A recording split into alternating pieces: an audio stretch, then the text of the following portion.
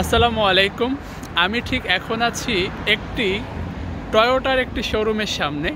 তো টয়োটার শোরুমের সামনে গাড়ি কিন্তু এভাবে লাইন দিয়ে থাকে এবং সামনে কত টাকা গাড়ির দাম সেটাও কিন্তু লেখা থাকে। তো আমি ভাবলাম যে আপনারা সকলেই জানেন জাপান হচ্ছে গাড়ির জন্য খুব বিখ্যাত। বাংলাদেশের অধিকাংশ গাড়ি কিন্তু জাপান থেকে যায়।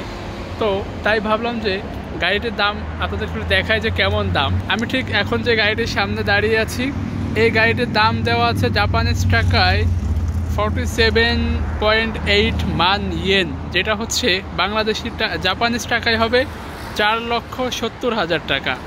4,70,000 এই গাড়িটি 4,70,000 যদি হয়, সেক্ষেত্রে গাড়িটি বাংলাদেশি টাকায় এই গাড়িটির দাম পড়বে হচ্ছে আপনার 3 লক্ষ থেকে 2,70,000-80,000 টাকা।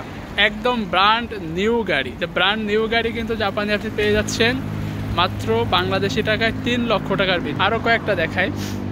এই গাড়িটি দেখেন, এটা হচ্ছে 67 মান, যেটা জাপানিজ টাকায় 6,70,000 ইয়েন, বাংলাদেশি টাকায় এরকম 4 লক্ষ টাকার মতো পড়বে। এই যে হলুদ যে গাড়িটি দেখতে পাচ্ছেন, এই গাড়িটি দেখেন কত সুন্দর লাগছে, ঠিক আছে? এটা হাইব্রিড গাড়ি কিন্তু।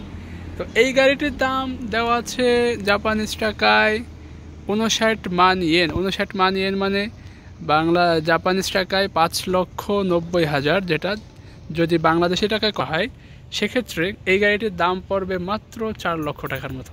তো ভাবেন জাপানে গাড়ির দাম কত কম, কিন্তু এই গাড়িটি যদি আমরা বাংলাদেশে নিতে যাই তাহলে বিভিন্ন ট্যাক্স বা বিভিন্ন ঝামেলা রয়েছে। এই কারণে এই গাড়িটি কিন্তু বাংলাদেশে নিতে অনেক টাকা পড়ে যায়। যদি গভর্নমেন্ট যদি এই ট্যাক্স ইস্যু বা এইসব যদি সহজ করতে পারতো, তাহলে কিন্তু এইসব গাড়ি আরও কম খরচে আমাদের দেশে যেত এবং সহজে কিন্তু অনেকে নিতে পারতো। ওকে, এটাই দেখানোর ছিল জাপানে গাড়ির দাম কেমন হয়। ঠিক আছে, আশা করি আইডিয়া পেয়ে গিয়েছেন।